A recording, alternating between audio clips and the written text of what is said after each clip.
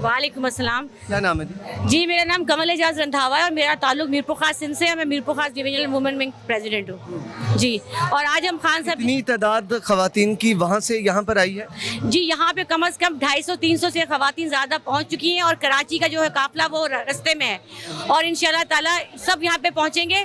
और हम सुबह 10 बजे से यहाँ पहुँचे हुए, कंटेनर्स लगा के रास्ते बंद किए, लेकिन हम पहुँच गए क्योंकि हमें अपने लीडर की कॉल थी और इंशाल्लाह ताला हम सारी रुकावटों को पार करके यहाँ पे पहुँचेंगे अपने लीडर की कॉल पर। बिल्कुल ठीक है। अच्छा मीर साहब ये बताएं, दफ़ा 144 का निफाज है, मर्दों के लिए मुश्किलात हैं, तो आप औरत हैं, आखिर आपके लिए मुश्किल हो जाएगा।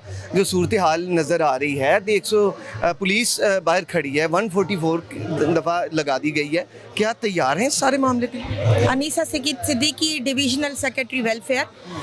जी सबसे पहले तो मैं क्लियर करूं कि हम 2014 वाला 126 दिन वाला धरना नहीं भूले। उसमें जो सूरत हाल हमने फेस की थी, हम सिंध वाले वहाँ भी खान साहब के लिए तैयार खड़े थे, शेलिंगें, रुकावटें सारी हमने अबूर की थी।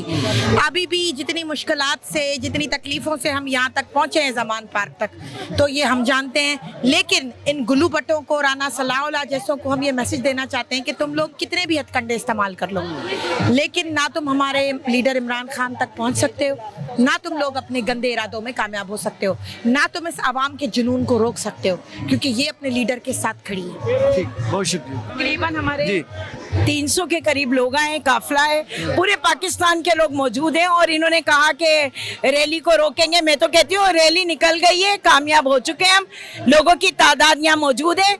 अगर इनमें तप्पड़ थे ना तो ये पुलिस फोर्स नहीं बुलाते, कंटेनर ना लगाते और हम इनको निकल कर फिर दिखाते।